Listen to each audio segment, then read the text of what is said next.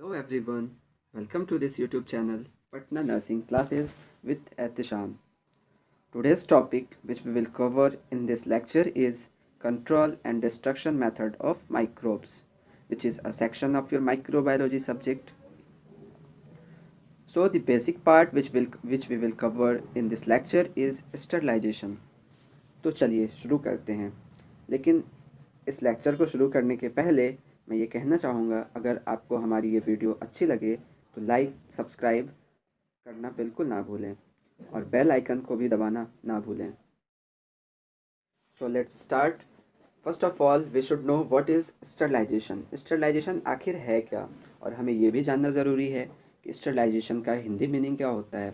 तो स्टरलाइजेशन को हम हिंदी में विसंक्रमण बोलते हैं। Sterilization is a process that destroys or eliminates all forms of microbial life. Sterilization एक ऐसा प्रोसेस है जिसमें हम किसी भी माइक्रोबियल लाइफ को या तो पूरी तरह से डिस्ट्रॉय कर देते हैं या तो एलिमिनेट कर देते हैं। स्टरलाइजेशन प्रोसेस किल्स और inhibit both the spores and vegetative forms of micro organisms. Sterilization process क्या करता है? स्टरलाइजेशन प्रोसेस किल करता है कौन कौन सी फॉर्म को? Spores and vegetative forms of micro organisms को। तो हमने यहाँ पे मेंशन किया हुआ है कि माइक्रोब्स दो फॉर्म्स में प्रेजेंट होते हैं, spore form and vegetative form. Spore form क्या होता है और वेजिटेटिव फॉर्म क्या होता है, हमें ये तो जानना बहुत ज़रूरी है। तो spore form have sexual reproduction capability. Spore form के पास क्या होता है? सेक्सुअल रिप्रोडक्शन करने की कैपेबिलिटी होती है। इसका मतलब ये है कि ये अपना नंबर जो है मल्टीप्लाई कर सकते हैं, ये अपना नंबर जो है बढ़ा सकते हैं। लेकिन वेजिटेटिव फॉर्म में क्या होता है? They can not reproduce on the growth with in itself occurs. वो रिप्रोड्यूस नहीं कर पाते हैं, केवल उनमें उनमें खुद में, मतलब खुद के बॉडी में ग्रोथ डेवलपमेंट होती है। Sterilization is a process in which complete freedom from all viable micro organisms occurs. Sterilization एक ऐसा प्रोसेस है जिसमें हर तरह के माइक्रो ऑर्गेनिज्म से कंप्लीट फ्रीडम हमें मिलता है। अप्रॉक्स 99.99% जो माइक्रोब्स होते हैं, बैक्टीरियाज होते हैं, वो हम इस प्रोसेस से किल कर सकते हैं। तो अब हम आते हैं अपने नेक्स्ट सेक्शन पे। नेक्स्ट पार्ट हमारा ये है कि हमें ये जानना ज़रूरी है कि आखिर ये जो स्टरलाइजेशन मेथड्स हैं ये हमें क्यों पढ़ाया जा रहा है। वी आर नर्स, हमें आखिर नर्सिंग में इसकी क्या ज़रूरत है। तो हमारा जो नेक्स्ट पॉइंट है वो है role of sterilization in nursing practice. मतलब नर्सिंग प्रैक्टिस में स्टरलाइजेशन का क्या रोल है। तो इसका जो फर्स्ट पॉइंट है, the nurse must clean and open all instruments so that the surface of the instruments is exposed to the sterilization. Nurse must clean, मतलब नर्स को ये पता होना चाहिए कि हम जो इंस्ट्रूमेंट यूज़ कर रहे हैं, ठीक है, या जो इंस्ट्रूमेंट्स हमारा यूज़ हो रहा है किसी भी और ऑपरेटिंग प्रोसीजर्स में या फिर मतलब ऑपरेशंस में, ओके, ओटी में, तो नर्स को एक पता होना चाहिए कि हमें इसे क्लीन कैसे करना है, इसके सर्फेसेस को कैसे ओपन करना है जिससे कि हम स्टरलाइज कर पाएँ। So that the surface of the instrument is expose to the sterilization. मतलब हम कैसे ओपन करें जिससे कि हम स्टरलाइजेशन उस चीज़ का कर पाएँ। हमारा जो नेक्स्ट पॉइंट है वो है nurse should sterilize the area of wound before applying any medicine etcetera. Okay, तो नर्स का ये भी एक बहुत अहम रोल है हमारी लाइफ में कि nurse should sterilize the area. जैसे कि अगर मान के चलो कोई एक ऐसा पेशेंट है जिसको कोई एक इन्फेक्शन है, ओके, तो उसका जो वाउंड है, उसका जो मान के चलो उस पर कोई घाव है, तो उसका इन्फेक्शन ग्रोथ ना बढ़े, तो इसके लिए हमें वहाँ उस पार्टिकुलर एरिया को स्टरलाइज रखना पड़ेगा। तो हम उस पार्टिकुलर एरिया को स्टरलाइज रखते हैं और वो स्टरलाइजेशन मेथड्स को यूज़ करते हैं। वहाँ हम केमिकल स्टरलाइजेशन को मेथड यूज़ करते हैं जो कि हमें फर्दर आगे पढ़ना है। ओके, तो वही यहाँ पे ये पॉइंट मेंशन है कि nurse should sterilize the area of wound before applying any medicine etcetera. एक तरह से हम ये भी कह सकते हैं कि जैसे मान लो कोई न्यू कट लगा, न्यू बाउंड बना किसी को, तो हमें वहाँ पे कोई भी मेडिसिन्स या फिर मेडिकल ऑइंटमेंट्स, मेडिकेशंस अप्लाई करने के पहले हमें उस पार्टिकुलर एरिया को स्टरलाइज करना चाहिए जिससे कि फर्दर माइक्रोबियल ग्रोथ वहाँ ना हो। तो अब हम आते हैं डिफरेंट मेथड्स ऑफ स्टरलाइजेशन पे। आखिर हम स्टरलाइजेशन करें तो कैसे करें। स्टरलाइजेशन तो हमने पढ़ लिया कि हाँ स्टरलाइजेशन ये होता है, हमें माइक्रोबियल ग्रोथ से हम फ्री करा देते हैं किसी भी पार्टिकुलर एरिया को या फिर किसी भी पार्टिकुलर इंस्ट्रूमेंट को इस मेथड को यूज़ करके। लेकिन अब हमें ये जानना ज़रूरी है कि हम स्टरलाइजेशन कैसे करें, इसका क्या क्या मेथड है। तो फर्दर जो है स्टरलाइजेशन मेथड को हमने 2 पार्ट्स में डिवाइड किया हुआ है, thermal and non thermal. Thermal part में हमने फर्दर 3 पार्ट्स में डिवाइड किया हुआ है, dry heat, moist heat, low temperature sterilization, जिसको हम पास्चुराइजेशन भी कहते हैं। अब हम नॉन थर्मल पार्ट पे आते हैं। तो नॉन थर्मल पार्ट को हमने 3 पार्ट्स में डिवाइड किया है, filtration sterilization, radiation sterilization and chemical sterilization. तो अब हमें इनका डिटेल्स पढ़ना है। अब इनके डिटेल्स पढ़ने के पहले मैं ये बता दूं कि कुछ बुक्स जो हैं वो स्टरलाइजेशन मेथड्स को 2 पार्ट्स में डिवाइड करती हैं। First part physical method, second part chemical method. और फिज़िकल पार्ट में हम थर्मल और नॉन थर्मल के पूरे पार्ट्स को रखते हैं, लेकिन केमिकल स्टरलाइजेशन जो मैंने नॉन थर्मल में रखा है इसे वो अलग से मेंशन करते हैं केमिकल मेथड में। तो वो चीज़ यहाँ मेंशन मैंने लास्ट में किया है, वो मैं आगे बताऊँगा। ओके, तो अब हम आते हैं डिटेल्ड स्टडी पे। तो थर्मल स्टरलाइजेशन मेथड की डिटेल्ड स्टडी क्या कहती है, थर्मल स्टरलाइजेशन मेथड क्या होता है, हमें इसमें कैसे क्या करना होता है, ये अब हम आगे देखते हैं। तो थर्मल स्टरलाइजेशन मेथड को जैसा कि हमने 3 पार्ट्स में डिवाइड किया था, तो उसके फर्स्ट पार्ट को मैं पहले यहाँ कवर करता हूँ। फर्स्ट पार्ट उसका है ड्राई हीट स्टरलाइजेशन। तो ड्राई हीट स्टरलाइजेशन में क्या होता है कि मिनिमम जो टेम्परेचर रिक्वायर होती है हमें स्टरलाइजेशन प्रोसेस को करने के लिए, वो not less than 140 degree Celsius होना चाहिए। मतलब इससे कम तो नहीं ही होना चाहिए। 140 है तो ठीक है, हो तो जाएगा, लेकिन बेहतर है कि 140 से ज़्यादा हो टेम्परेचर, तब हमारी स्टरलाइजेशन प्रोसेस जो है वो ज़्यादा बेहतर हो पाएगी। तो इस ड्राई हीट स्टरलाइजेशन को के 3 मेथड्स होते हैं, ओके सॉरी 4 मेथड्स होते हैं ड्राई हीट स्टरलाइजेशन के। तो ये मेथड्स होते हैं जिसके थ्रू हम प्रोसीजर करते हैं स्टरलाइजेशन का। जैसे कि फर्स्ट है डायरेक्ट फ्लेमिंग मेथड। तो डायरेक्ट फ्लेमिंग मेथड में हम क्या करते हैं, ग्लास, लाइट, स्कैल्पेल्स और cultures are passed above the bunsen flame और नाइक्रोम फ्लेम। तो ये सारे जो हमारे इंस्ट्रूमेंट्स बोल सकते हैं, या फिर हमारे बोल सकते हैं कि मेडिकल रिक्वायर्ड आइटम्स जो हैं, जो हमें ज़रूरत पड़ती हैं अपने मेडिकल साइंस में, तो इन्हें हमें स्टरलाइज करना ज़रूरी है। तो डायरेक्ट फ्लेमिंग मेथड में हम क्या करते हैं कि जैसे कि ग्लास हुए, स्लाइड्स हुए, स्कैल्पेल्स हुए या फिर कल्चर मीडिया हुए, तो हम इनको बंसन फ्लेम से डायरेक्ट पास कराते हैं, उनके ऊपर से पास कराते हैं। तो जिसके थ्रू क्या होता है कि टेम्परेचर जो है फ्लेम से उस पर्टिकुलर स्कैल्पेट्स या फिर कल्चर मीडिया या स्लाइड पे जाती है, जिसके थ्रू बैक्टीरियाज अगर उस पर हैं तो वो किल हो जाते हैं या फिर डिस्ट्रॉय हो जाते हैं, जिससे कि हमारा जो स्कैल्पेट्स हो गया या फिर कल्चर मीडिया है वो स्टेराइल कहलाता है। ठीक है, सेकेंड पार्ट अब इसका है इंसिनरेशन। इंसिनरेशन मेथड क्या होता है, ड्राई हीट स्टरलाइजेशन, ये भी एक ड्राई हीट स्टरलाइजेशन का ही पार्ट है। तो incineration method burns any organisms to ash.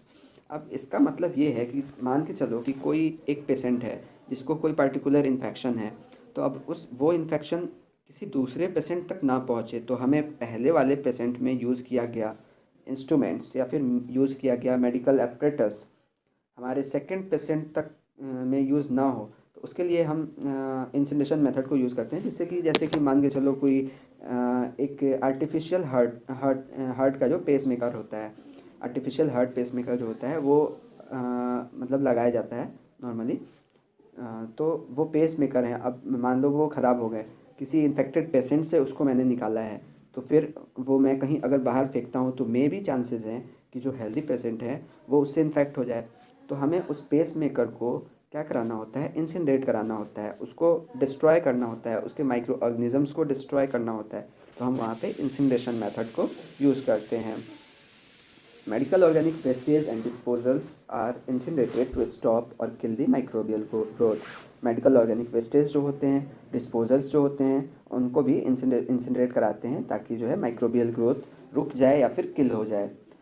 Okay, अब हम नेक्स्ट आते हैं। अब इसमें इंसिनरेशन मेथड्स में हम कुछ एग्जांपल्स ये भी हो सकते हैं, जैसे कि आपको ग्लव्स हो गए, ठीक है, आपको हाँ ग्लव्स वगैरह, मास्क वगैरह हो गए। ओके, तो अब हम आते हैं नेक्स्ट पार्ट पे, हॉट एयर ओवन।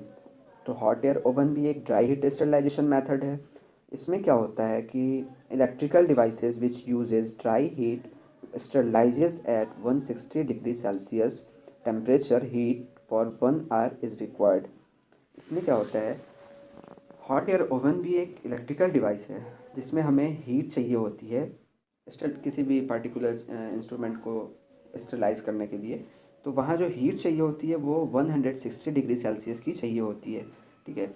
और वो हीट कम से कम 1 आवर्स के लिए देना पड़ता है। ऐसा नहीं है कि आप 160 डिग्री सेल्सियस दे रहे हो और 10 मिनट के लिए दे रहे हो तो आपका जो इंस्ट्रूमेंट है वो स्टरलाइज हो जाए, ऐसा नहीं होता है।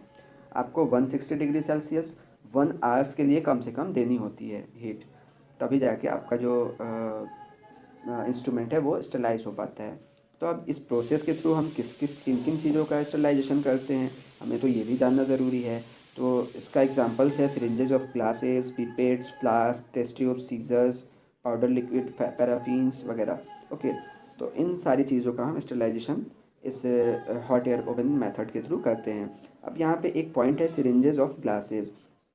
तो यहाँ थोड़ा कन्फ्यूज़न हो सकता है आपको कि सिरिंज ऑफ ग्लासेस क्या होता है। ग्लासेस तो मतलब जो सिरिंजेस होते हैं वो ग्लास के तो होते नहीं हैं। तो मैं ये बताना चाहूँगा कि बिफोर डिकेड्स कुछ मतलब आज से बहुत सालों पहले क्या हुआ करता था कि हम जो आजकल इंजेक्शन यूज़ करते हैं तो वो डिस्पोजेबल होता है। मतलब आप किसी भी एक पेशेंट पे आप किसी भी इंजेक्शन को यूज़ कर लिए तो फर्दर वो जो इंजेक्शन है किसी अदर पेशेंट पे आप यूज़ नहीं करते हैं। वो क्यों? वो भी माइक्रोबियल ग्रोथ को रोकने के लिए, ताकि एक एक पेशेंट से दूसरे पेशेंट तक इन्फेक्शन ना जाए। लेकिन पहले ऐसा नहीं था। पहले ऐसा हुआ करता था कि एक जो रजिस्टर्ड मेडिसिनल प्रैक्टिशनर हुआ करता था उसके पास मतलब एक काउंटेड अमाउंट में इंजेक्शंस और इंजेक्शंस वगैरह हुआ करते थे। और इंजेक्शंस के भी नीडल्स जो हुआ करते थे पहले वो पतले ग्लास के हुआ करते थे। तो उन्हें स्टरलाइज करने के लिए हम उस वक्त ये हॉट एयर ओवन का यूज़ करते थे और आजकल भी यूज़ होता है। जैसे पिपेट्स, फ्लास्क, टेस्ट ट्यूब्स वगैरह यूज़ करते हैं, उनके स्टरलाइजेशन के लिए ये यूज़ करते हैं। ओके, अब हम अपने नेक्स्ट पार्ट पे आते हैं। जो हमारा नेक्स्ट पार्ट है वो है reds heat. Okay, reds heat भी एक ड्राई हीट स्टरलाइजेशन का पार्ट है। तो अब इसमें क्या होता है हमें ये देखना है। रेड्स हीट में क्या होता है कि materials are holded on bunsen flame until they become red hot. Materials को हम क्या करते हैं, बंसन फ्लेम पे होल्ड कराते हैं और तब तक के लिए कराते हैं जब तक कि वो रेड हॉट में कन्वर्ट ना हो जाए। जब वो रेड हॉट में कन्वर्ट हो जाता है तो हम ये मानते हैं कि उस पे का सारा माइक्रो ऑर्गेनिजम्स जो हैं वो डिस्ट्रॉय हो चुके हैं, किल हो चुके हैं। अब रेड हीट मेथड जो हम यूज़ करते हैं वो किन किन चीज़ों के लिए यूज़ करते हैं, जैसे कि स्ट्रेट वायर्स हो गए, इनोक्यूलेशंस हो गए, टिप्स ऑफ फॉर्सेप्स हो गए, स्पैचुलाज हो गए, ठीक है। इन चीज़ों के लिए हम रेड हीट को यूज़ किया करते हैं। यहाँ पे हमारा ड्राई हीट स्टरलाइजेशन ख़त्म होता है। अब हमारा नेक्स्ट पार्ट स्टार्ट होता है मॉइस्ट हीट स्टरलाइजेशन का, ठीक है। तो ये हम लोगों ने जैसा कि पहले पढ़ा कि थर्मल पार्ट में हमने थर्मल में हमने थ्री पार्ट्स देखा था, dry heat, moist heat and pasteurization. तो हमारा ड्राई हीट कंप्लीट हो गया। अब मैं मॉइस्ट हीट एक्सप्लेन करने जा रहा हूँ। तो मॉइस्ट हीट स्टरलाइजेशन क्या होता है, ये जो है ज़्यादा इफेक्टिव होता है 110 टू 134 डिग्री सेल्सियस पे। तो मॉइस्ट हीट स्टरलाइजेशन आखिर कैसे करते हैं, इनमें क्या प्रोसीजर्स होते हैं, इनमें क्या इंस्ट्रूमेंट्स होते हैं। तो जो हम फर्स्ट जो प्रोसीजर है वो होता है autoclaving. It is done by using machine autoclave. और ऑटोक्लेविंग किसके थ्रू होता है, वहाँ पे एक इंस्ट्रूमेंट या फिर मशीन बोल सकते हैं यूज़ होता है जिसका नाम होता है ऑटोक्लेव।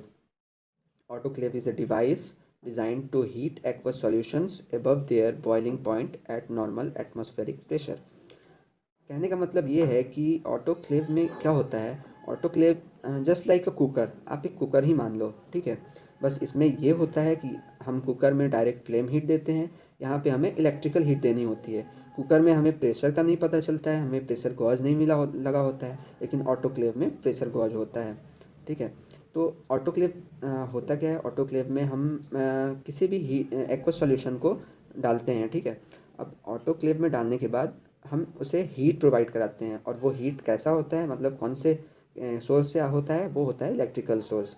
हम वहाँ इलेक्ट्रिसिटी प्रोवाइड कराते हैं जिससे कि हीट प्रोड्यूस होता है हीट प्रोड्यूस होने से आपका जो एक्वस सॉल्यूशन है वो भी हीट होता है, वो बॉयल करता है अपने बॉइलिंग टेम्परेचर के बाद, बॉइलिंग पॉइंट के बाद, और उस हीट के थ्रू, उस बॉइलिंग के थ्रू हमारा जो मटेरियल है, जिसे हमें इंस्ट्रूमेंट है, जिसे हमें स्टरलाइज करना है, वो हम वो मटेरियल हम उसमें डालते हैं, तो उससे हमारा स्टरलाइजेशन हो जाता है। It is commonly use to sterilize medical devices. अब हमें ये भी जानना ज़रूरी है कि ये किसके लिए यूज़ होता है। तो ये हम कॉमनली जो है हम लोग मेडिकल डिवाइसेस के स्टरलाइजेशन के लिए ऑटोक्लेव का यूज़ करते हैं। आप यहाँ देखेंगे डायग्राम में ऑटोक्लेव का मैंने एक डायग्राम मेंशन किया हुआ है। ऐसा ही होता है ऑटोक्लेव। आप देखो इसमें एक प्रेशर गॉज लगा हुआ है, जहाँ से हमें प्रेशर का पता चलता है कि ऑटोक्लेव के अंदर कितना प्रेशर है और हमें कितना प्रेशर रिक्वायर्ड है। ओके। और एक सेफ्टी वाल्व लगे होते हैं, जिसमें कि जैसे कि मान लो हाई प्रेशर हो गया तो एक सेफ्टी वाल्व है कि वहाँ से जो एक्स्ट्रा एक्स्ट्रा जो प्रेशर है एक तरह से वो जो है बाहर रिमूव आउट हो जाए। ठीक है। अब हम आते हैं नेक्स्ट पार्ट पे। हमारा जो थर्मल का नेक्स्ट लास्ट जो क्लासिफिकेशन है थर्मल का, पास्चराइजेशन। तो पास्चराइजेशन क्या होता है हमें ये जानना ज़रूरी है। पास्चराइजेशन एक it is a sterilization process in which packed और unpacked foods get sterilized. Pasteurization एक ऐसा स्टरलाइजेशन प्रोसेस है जिसमें कि हमारा पैक्ड और अनपैक्ड फूड जो होता है हम उसे स्टरलाइज करते हैं। जैसे कि मिल्क हो गया। वैसा नॉर्मली आप लोग देखते होंगे कि आजकल मिल्क्स वगैरह जो होते हैं उनमें भी डिफरेंट कैटेगरी के मिल्क्स आते हैं। तो उसमें एक एक कैटेगरी होता है पास्चराइज्ड मिल्क। ओके। तो वहाँ पे पास्चराइज्ड मिल्क का मतलब यही है कि वहाँ वो स्टरलाइज्ड मिल्क है, उसे उसे स्टरलाइजेशन प्रोसेस के थ्रू पास आउट कराया गया है। तो इसमें क्या होता है कि हमें high temperature is given for short time about 2 to 3 days। मतलब हमें कम टाइम के लिए, मतलब ड्यूरेशन हमें कम रखनी होती है, लेकिन टेम्परेचर हम हाई प्रोवाइड कराते हैं। मतलब हाई टेम्परेचर पे कम समय के लिए हम हीट देते हैं किसी भी पार्टिकुलर, जैसे कि मिल्क ही मान लो आप एग्जांपल, मिल्क है, मिल्क को हम हाई टेम्परेचर प्रोवाइड कर रहे हैं, कम समय के लिए प्रोवाइड कर रहे हैं, और वो भी कितने दिन तक, कम से कम 2 से 3 दिनों तक ये काम करना होता है। ऐसा नहीं है कि आप एक दिन हाई टेम्परेचर जो है कम समय के लिए प्रोवाइड करा दिए तो वो पास्चराइज हो जाएगा। कम से कम 2 से 3 दिन करना पड़ता है ये प्रोसीजर, तब जाके हमारा पास्चराइजेशन कंप्लीट होता है। अ, तो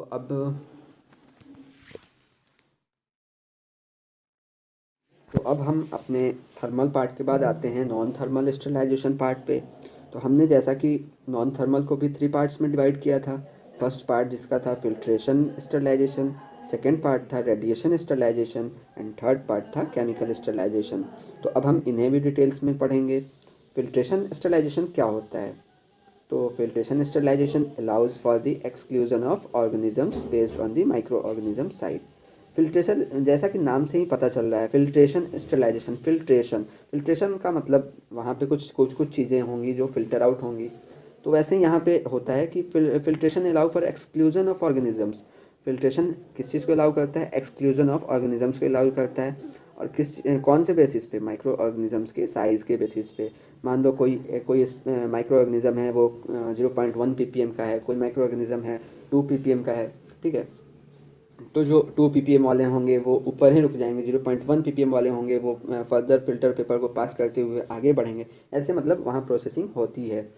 तो filtration allow for exclusion of organisms based on the micro organism size. Okay. अब हम नेक्स्ट पार्ट पे आते हैं, नेक्स्ट पॉइंट पे आते हैं, sorry. Different filters used for sterilization methods are cellulose, nylon 66, glass disc etcetera. मतलब डिफरेंट फिल्टर्स जो हम यूज़ करते हैं फिल्ट्रेशन स्टरलाइजेशन के लिए, वो कुछ ऐसे इस प्रकार हैं, जैसे कि सेलुलोज हो गया, नाइलॉन 66 हो गया, ग्लास डिस्क हो गया एक्सेट्रा। ठीक है। तो फिल्ट्रेशन स्टरलाइजेशन यहाँ पे कंप्लीट होता है। अब हम आते हैं नेक्स्ट पार्ट पे। हमारा नेक्स्ट पार्ट है रेडिएशन स्टरलाइजेशन। तो रेडिएशन स्टरलाइजेशन क्या होता है। सबसे पहले यहाँ पे एक डायग्राम मेंशन्ड है, उससे पहले मैं थ्योरेटिकल पार्ट को कवर करता हूँ, फिर मैं डायग्राम को एक्सप्लेन करूँगा। तो रेडिएशन स्टरलाइजेशन क्या होता है, जैसा कि नाम से ही पता चल रहा है, रेडिएशन स्टरलाइजेशन। रेडिएशंस का मतलब हो गया कि वहाँ रेडिएशंस की ज़रूरत तो होगी ही होगी। रेडिएशन स्टरलाइजेशन में क्या होता है कि हमें डिफरेंट रेडिएशंस चाहिए होते हैं माइक्रो ऑर्गेनिजम्स को किल करने के लिए। Okay. Radiation kills germs and other harmful organisms. Radiations क्या करते हैं, वो किल करते हैं किन चीज़ों को, जर्म्स को और हार्मफुल माइक्रो ऑर्गेनिजम्स को। ओके, अब रेडिएशन भी दो तरह के होते हैं, आयोनाइजिंग रेडिएशंस भी होते हैं, नॉन आयोनाइजिंग रेडिएशंस भी होते हैं। अब आयोनाइजिंग रेडिएशन क्या होता है और नॉन आयोनाइजिंग रेडिएशन क्या होता है, ये हमें जानना ज़रूरी है। तो देखते हैं क्या होता है।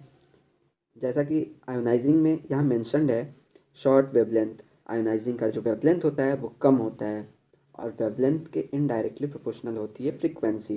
तो यहाँ फ्रीक्वेंसी जो होगा ज़्यादा होगा, इंटेंसिटी जो होगा वो ज़्यादा होगा और रेडिएशन का जो पावर होगा वो भी ज़्यादा होगा। ठीक है, आयोनाइजिंग के बाद हम आते हैं नॉन आयोनाइजिंग पार्ट पे। तो नॉन आयोनाइजिंग पार्ट जो होता है वहाँ पे लॉन्गर वेवलेंथ, वहाँ की वेवलेंथ जो होती है वो ज़्यादा ज़्यादा होती है, लॉन्गर वेवलेंथ होती है, एनर्जी जो होते हैं कम होते हैं। अब हम ये भी जानते हैं कि आखिर ये आयोनाइजिंग और नॉन आयोनाइजिंग रेडिएशंस करते क्या हैं जिससे कि स्टरलाइजेशन हो जाता है। तो यहाँ पे आते हैं पॉइंट पे, radiation to destroy microbes. Ionizing radiations क्या करते हैं, माइक्रोब्स को पूरी तरह से डिस्ट्रॉय कर देते हैं, जबकि नॉन आयोनाइजिंग रेडिएशंस क्या करते हैं, वो केवल स्टरलाइजेशन करते हैं सरफेसेस का, मतलब अपर सरफेस के का जो, मतलब एक तरह से बोल सकते हैं कि वो नॉन आयोनाइजिंग रेडिएशंस जो होते हैं वो डीएनए को डिस्ट्रॉय कर देते हैं, जिससे कि फर्दर जो होंगे माइक्रोबियल ग्रोथ वहाँ नहीं हो पाएंगे, लेकिन जो पहले से है वो तो रहेगा ही रहेगा। तो यहाँ पे एक तरह से कह सकते हैं कि वो बस सरफेस का ही स्टरलाइजेशन कराते हैं नॉन आयोनाइजिंग रेडिएशंस। तो आयोनाइजिंग रेडिएशंस के एग्जांपल्स हैं x rays, cathode rays, gamma rays. Okay, and non ionizing radiations के एग्जांपल हैं यूवी रेज। तो यहाँ पे हमने अपना नॉन थर्मल का सेकंड पार्ट भी कवर कर लिया। लेकिन हाँ, एक डायग्राम अभी बचा रेडिएशन स्टरलाइजेशन का। तो आप यहाँ देख पाओगे कि रेडिएशन स्टरलाइजेशन को बेसिकली हमने टू पार्ट्स में डिवाइड किया हुआ है, नॉन आयोनाइजिंग एंड आयोनाइजिंग। तो आप नॉन आयोनाइजिंग और आयोनाइजिंग के बीच में एक थ्री कलर्ड स्ट्रक्चर देख रहे होगे, विजिबल लाइट जहाँ पे मेंशन्ड है, विजिबल लाइट लिखा हुआ है। ठीक है, तो एक तरह से विजिबल रेंज जो होता है वो आयोनाइजिंग का भी पार्ट है और नॉन आयोनाइजिंग का भी पार्ट होता है। टाइप्स ऑफ रेडिएशंस जो हम यूज़ करते हैं रेडिएशन स्टरलाइजेशन में, ये सारे तो एक तरह से ईएम वेव्स हैं, इलेक्ट्रोमैग्नेटिक वेव्स हैं। तो आपको यहाँ ये भी दिख रहा होगा कि types of radiation in the electromagnetic spectrum. तो ये सारे जो हैं, मैं टाइप्स जो बताऊंगा वो सारे इलेक्ट्रोमैग्नेटिक रेडिएशंस होते हैं। टाइप्स ऑफ रेडिएशंस जो नॉन आयोनाइजिंग में आते हैं वो कौन कौन से हैं, नॉन आयोनाइजिंग में आते हैं जो वो हैं radio waves, microwaves, infrared waves. Okay, and visible lights को भी आप इनमें बेसिकली ले सकते हो। और यूवी रेज जो होते हैं, यूवी रेज, तो उनका जो सेगमेंट होता है, मतलब मिनिमम सेगमेंट, कहने का मतलब है कि बहुत कम रेंज, यूवी रेज का जो बहुत कम इंटेंसिटी वाले जो लाइट्स होंगे वो नॉन आयोनाइजिंग में आएंगे। ओके, और ज़्यादा इंटेंसिटी वाले लाइट्स जो होंगे यूवी के, मतलब जिनका हायर वेवलेंथ होगा, वो आएंगे आयोनाइजिंग में। तो अब हम आयोनाइजिंग के भी एग्जांपल्स देख लें कि आयोनाइजिंग में कौन कौन से टाइप के रेडिएशंस आते हैं। तो यहाँ होते हैं UV rays, x rays and gamma rays. Okay, अब इनका इफ़ेक्ट क्या क्या होता है, इनका मतलब कैसे ये इफ़ेक्ट शो करते हैं और किन में ये इफ़ेक्ट शो करते हैं। ठीक है, तो अब हम ये बात करते हैं नॉन आयोनाइजिंग का, जो एक्सट्रीमली लो फ्रिक्वेंसी के जो वेव्स होते हैं, मतलब बहुत कम फ्रिक्वेंसी वाले वेव्स जो होते हैं, वो क्या करते हैं, नॉन थर्मल इंड्यूसेस लो करंट। ठीक है, वो नॉन थर्मल होते हैं, इंड्यूसेस लो करंट। ओके, और मतलब एक तरह से बोल सकते हैं मीडियम रेंज वाले माइक्रोवेव्स हो गए, रेडियो वेव्स हो गए, तो इनमें क्या होता है, थर्मल कंडक्शन होता है, induces high current. Okay, and next हम आते हैं विजिबल पार्ट पे। ठीक है, तो एक तरह से यूवी विजिबल रेज जो होते हैं, यूवी विजिबल, मैं दोनों को एक साथ बोल रहा हूँ। तो इनमें क्या होता है कि इस फेज़ में, इस इलेक्ट्रोमैग्नेटिक स्पेक्ट्रम में इलेक्ट्रॉन्स जो होते हैं वो एक्साइट होते हैं। ओके, एक्साइटेशन शो करते हैं। तो यहाँ पे जो है ये ऑप्टिकल इफेक्ट शो करते हैं। ओके, अब नेक्स्ट हम आते हैं ये जो आयोनाइजिंग पार्ट है, आयोनाइजिंग पार्ट में क्या होता है, डीएनए जो होते हैं डैमेज होते हैं, इसमें ब्रोकन बॉन्ड्स बोल सकते हैं। ओके, अब इसमें मेंशन्ड है डिफरेंट सोर्सेज हैं लाइट के। ठीक है, मतलब कहाँ कहाँ से लाइट सोर्सेज मतलब मिल सकते हैं आयोनाइजिंग में, जैसे कि क्या क्या है, नॉन आयोनाइजिंग में क्या क्या है। तो नॉन आयोनाइजिंग में जैसे स्टैटिक फील्ड हो गया, पावर लाइन हो गया, M M radio, FM radio हो गया, टीवी हो गया, माइक्रोवेव्स, ओवन्स वगैरह, ये सारी चीज़ें जो हैं नॉन आयोनाइजिंग रेडिएशंस जो हैं वो प्रोड्यूस करती हैं। ओके, अब हम जैसे कि आयोनाइजिंग में आ गए, हम जैसे हम एक्सरे कराने जाते हैं, मेडिकल एक्सरेज, ठीक है, तो वहाँ पे आयोनाइजिंग रेडिएशंस होते हैं। तो यहाँ पे हमारा सेकंड पार्ट जो है ये नॉन थर्मल का वो कंप्लीट होता है। अब हम आते हैं नॉन थर्मल के थर्ड पार्ट पे, जो है केमिकल स्टरलाइजेशन, जिसको कि कुछ बुक्स फिजिकल और केमिकल मेथड में रखते हैं। इसको फिजिकल मेथड तक मैंने अभी कंप्लीट कर लिया, और केमिकल मेथड में कुछ बुक्स ये रखते हैं इन्हें। तो अब आते हैं केमिकल मेथड्स ऑफ स्टरलाइजेशन पे। तो chemical method is the process of sterilization in which removal of micro organisms by the use of chemicals, either bactericidal और बैक्टीरियोस्टैटिक एजेंट्स। ओके, तो केमिकल स्टरलाइजेशन एक ऐसा प्रोसेस है स्टरलाइजेशन का, इसमें कि माइक्रो ऑर्गेनिजम्स का रिमूवल होता है। कैसे होता है? आइदर बैक्टीरिसाइडल या फिर बैक्टीरियोस्टैटिक एजेंट्स को यूज़ करके। बैक्टीरिसाइडल नाम से ही पता चल रहा है, साइडल मीन्स होता है किल, और स्टैटिक मीन्स होता है कांस्टेंट। ओके, साइडल मतलब कि वो बैक्टीरिया को किल करेगा, और स्टैटिक मतलब कि वो बैक्टीरिया को रोकेगा, आगे बढ़ने से रोकेगा। तो अंडर सच कंडीशंस केमिकल्स में भी आइदर इन लिक्विड और गैसियस स्टेट। अब केमिकल स्टरलाइजेशन में भी एक तरह से बोल सकते हैं कि मतलब दो डिफरेंट स्टेट हो सकते हैं, या तो वो लिक्विड स्टेट हो सकता है, या तो वो गैसियस स्टेट हो सकता है। ये स्टेट किस चीज़ का बात हो रहा है? ये केमिकल की बात हो रही है कि केमिकल जो होता है आइदर लिक्विड स्टेट में भी हो सकता है और गैसियस स्टेट में भी हो सकता है। Chemical sterilization is done either for instruments और area involve in patient compliance and also for patient cleaning. तो केमिकल स्टरलाइजेशन हम लोग किस चीज़ के लिए करते हैं?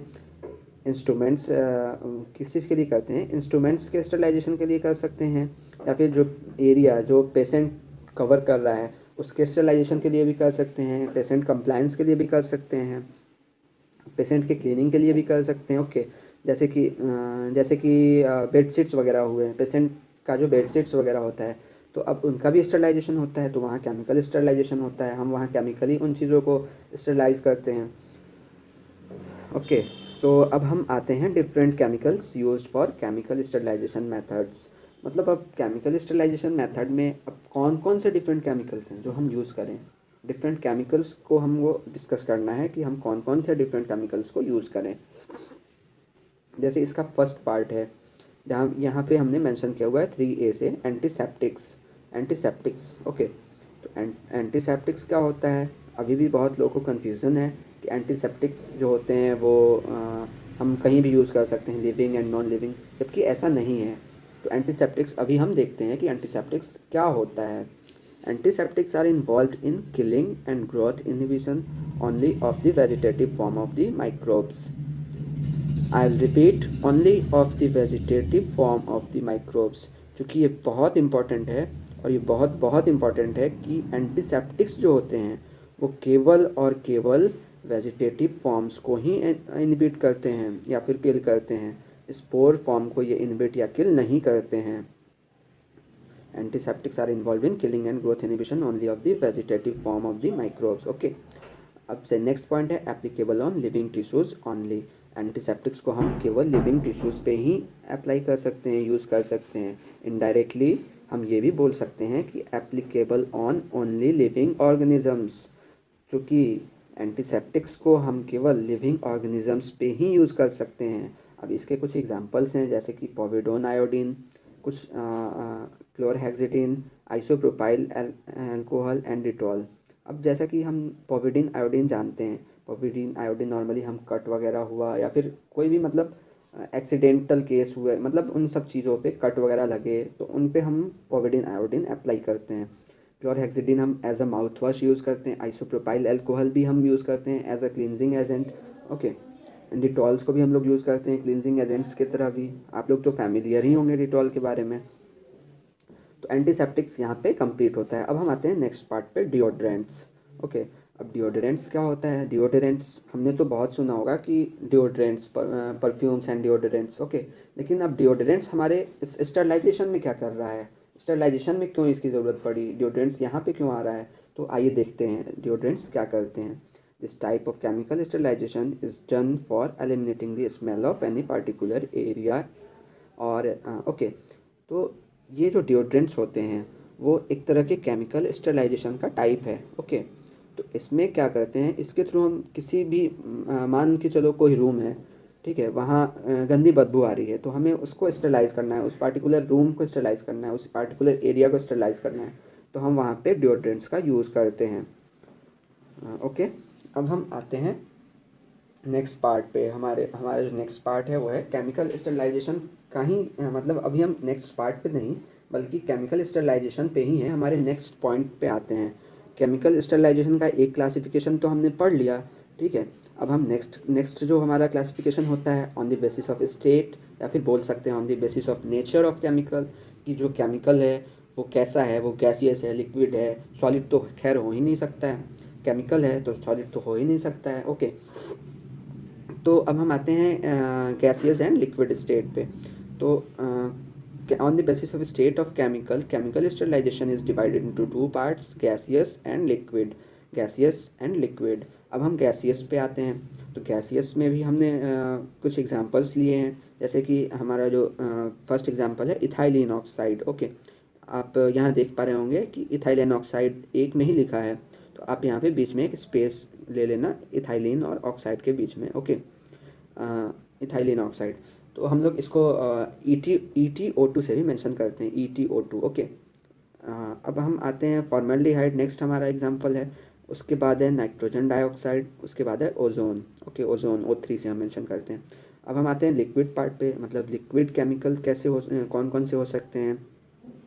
इसमें है हाइड्रोजन परऑक्साइड, यहाँ पे भी सेम मिस्टेक है, एक हाइड्रोजन और परऑक्साइड के बीच में आप एक स्पेस ले लेना। सेकंड है ग्लूटाल्डिहाइड, थर्ड है हाइपोक्लोराइड। ओके, अब हम थोड़ा सा ये जानना चाहेंगे कि इनका हम यूज़ कहाँ करें, कैसे करें। ओके, अब जैसे कि गैसियस में हम फर्स्ट, सबसे पहले हम गैसियस को एक्सप्लेन करते हैं। गैसियस का हमारा फर्स्ट एग्जांपल है इथाइलिन ऑक्साइड। तो ethylene oxide is used for chemical treatment. Ethylene oxide को हम किस लिए यूज़ करते हैं, केमिकल ट्रीटमेंट्स के लिए यूज़ करते हैं। And for sterilization of equipments and surfaces, ethylene oxide का हम किस चीज़ के लिए यूज़ कर सकते हैं, इक्विपमेंट का या फिर सर्फेसेस के स्टरलाइजेशन के लिए भी इथाइलिन ऑक्साइड को यूज़ किया जा सकता है। अब नेक्स्ट जो हमारा एग्जांपल था वो था फॉर्मेल्डिहाइड। अब फॉर्मेल्डिहाइड क्या करता है, फॉर्मेल्डिहाइड का एक्शन कैसा होता है ये हम देखते हैं। फॉर्मेल्डिहाइड जो होता है बायोसाइडल एक्टिविटी शो करता है, मतलब कि वो साइडल साइडल वर्ड आ रहा है, मतलब किलिंग एक्टिविटी है इनके पास, ठीक है। So used in surgical reusable instrument sterilization. तो अब जैसे कि इनके पास साइडल एक्टिविटी है, तो हम वैसे जगह पे यूज़ कर सकते हैं जहाँ पे हमें किसी एक ही इंस्ट्रूमेंट को अलग अलग पेशेंट्स पे यूज़ करना हो। तो वही चीज़ यहाँ बता रहा है कि so used in surgical reusable instrument sterilization, मतलब वैसे इंस्ट्रूमेंट्स का स्टरलाइजेशन करते हैं इस केमिकल के थ्रू जिसका कि हमें बार बार यूज़ करना होता है। हम नेक्स्ट आते हैं, नेक्स्ट पार्ट जो है, नेक्स्ट एग्जांपल जो है वो है नाइट्रोजन डाइऑक्साइड। यहाँ पे आप थोड़ा सा इसको सुधार लेना, यहाँ पे नाइट्रोजन ऑक्साइड मेंशन है, यहाँ पे आप नाइट्रोजन डाइऑक्साइड कर लेना, NO2 की बात हो रही है। तो NO2 जो है उसका क्या एक्शन होता है, कैसा एक्शन होता है, अब ये देखते हैं। तो NO2 हैविंग बायोसाइडल एक्शन, साइडल, इनका भी साइडल एक्टिविटी होता है, मतलब ये भी किलिंग एक्टिविटी रखते हैं। और ये किलिंग कैसे करते हैं, इनका क्या मैकेनिज़्म होता है, ये हम अभी एक्सप्लेन कर रहे हैं। नाइट्रोजन डाइऑक्साइड जो होते हैं वो डिग्रेडेट करते हैं किस चीज़ को, DNA को।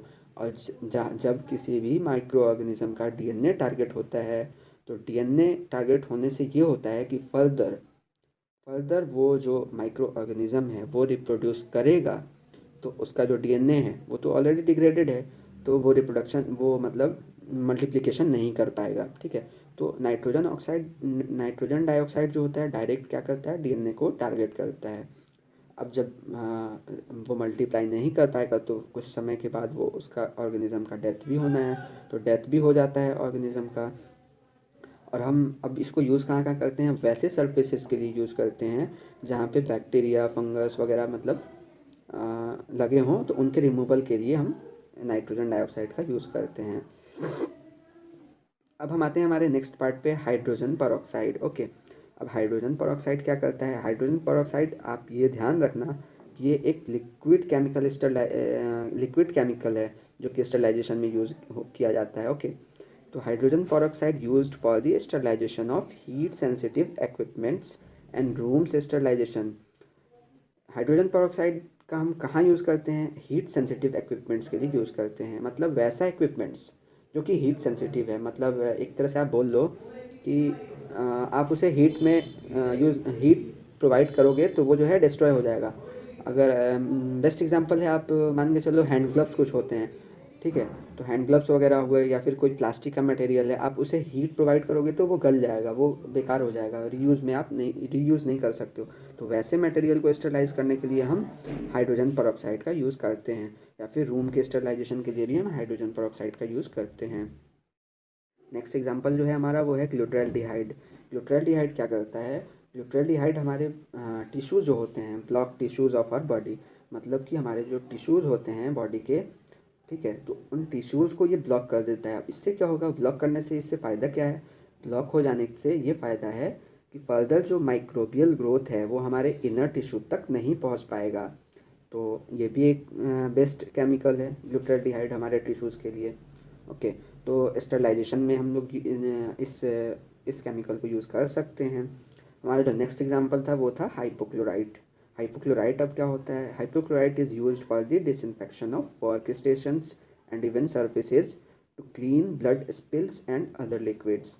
हाइपोक्लोराइट को हम लोग क्यों यूज़ करते हैं? हम लोग यूज़ करते हैं एज अ डिसइंफेक्शन, एक तरह से नहीं, सॉरी, एज अ डिसइंफेक्टेंट नहीं, use for disinfection of work stations के डिसइंफेक्शन के लिए यूज़ करते हैं। एक तरह से बोल सकते हैं कि वर्क स्टेशंस के या फिर ओटी के, मतलब वैसे जगह के जहाँ पे हमारा ऑपरेटिव प्रोसीजर हो रहा है। ओके, तो वैसे जगहों के लिए वैसे जगहों को स्टरलाइज करने के लिए हम हाइपोक्लोराइट का यूज़ करते हैं।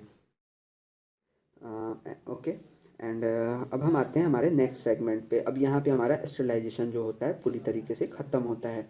अब sterilization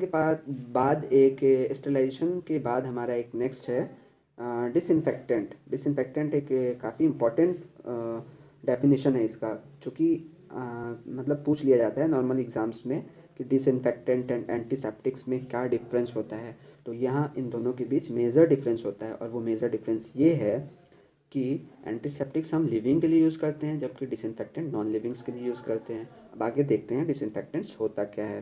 disinfectant killing and growth inhibition only of vegetative form.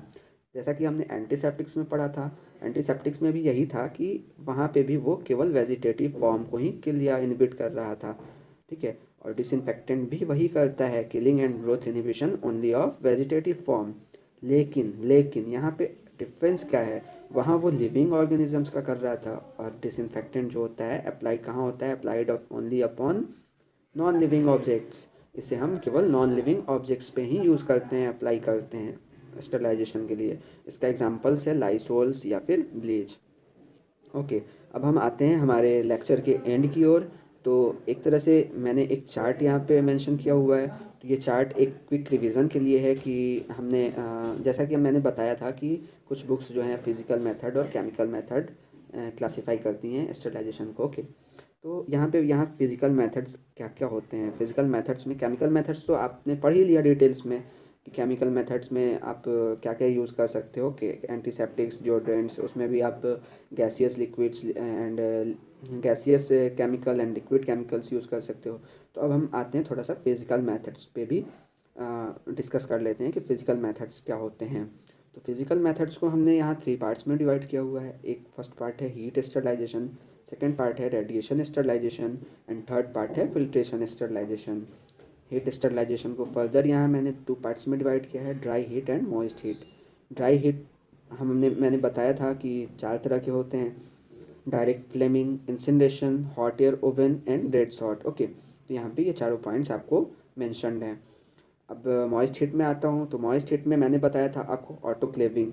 तो ऑटोक्लेविंग आप ध्यान रखना, वैसे यहाँ पे कुछ 3 पॉइंट्स हैं, मतलब टेम्परेचर, फर्स्ट पॉइंट है temperature below 100 degree centigrade, temperature at 100 degree centigrade, temperature above 100 degree centigrade. मतलब आप मॉइस्ट हीट इतने ये अलग अलग टेम्परेचर पे दोगे तो आपका स्टरलाइजेशन होगा, ठीक है। अब हम आते हैं रेडिएशन पार्ट पे। रेडिएशन पार्ट है, उसमें उसको हमने 2 पार्ट्स में डिवाइड किया, जैसा कि मैंने पहले भी आपको पढ़ा दिया है कि रेडिएशन को 2 पार्ट्स में मैंने डिवाइड किया था, आयोनाइजिंग एंड नॉन आयोनाइजिंग। तो यहाँ भी वही चीज़ है। आयोनाइजिंग में अब क्या क्या होते हैं, एक्स रेज और गामा रेज को हम यूज़ करते हैं। नॉन आयोनाइजिंग में हम इंफ्रारेड एंड यूवी रेज को यूज़ करते हैं। थर्ड पार्ट है जो फिजिकल मेथड का, वो है फिल्ट्रेशन। फिल्ट्रेशन को यहाँ पे मैंने 3 पार्ट्स में डिवाइड किया हुआ है, depth filter, membrane filter and air filter. Okay, तो मैंने मेम्ब्रेन फिल्टर तो आपको डिटेल में पढ़ा ही दिया है। अकॉर्डिंग टू साइज़ वहाँ पे हम स्टरलाइजेशन करते हैं, according to size of organisms, micro organisms. Okay, और एयर फिल्टर्स को हम एक एसेप्टिक एरिया में यूज़ करते हैं। एसेप्टिक एरिया, हम ये कह सकते हैं कि एसेप्टिक एरिया वैसी एरिया होती है जहाँ पे हमें किसी भी पार्टिकुलर ऑपरेटिंग प्रोसीजर्स को करना होता है, वहाँ यूज़ करते हैं। एसेप्टिक एरिया, हम ये कह सकते हैं कि एसेप्टिक एरिया वैसी एरिया होती है जहाँ पे हमें किसी भी पार्टिकुलर ऑपरेटिंग प्रोसीजर्स को करना होता है, वहाँ पे हमें हर तरह के माइक्रोब से हमें एक फ्री इन्वायरमेंट एक बनाना पड़ता है। ठीक है, वैसी एरिया को हम एसेप्टिक एरिया बोलते हैं। तो एसेप्टिक एरिया में हम एयर फिल्टर्स का यूज़ करते हैं। ओके।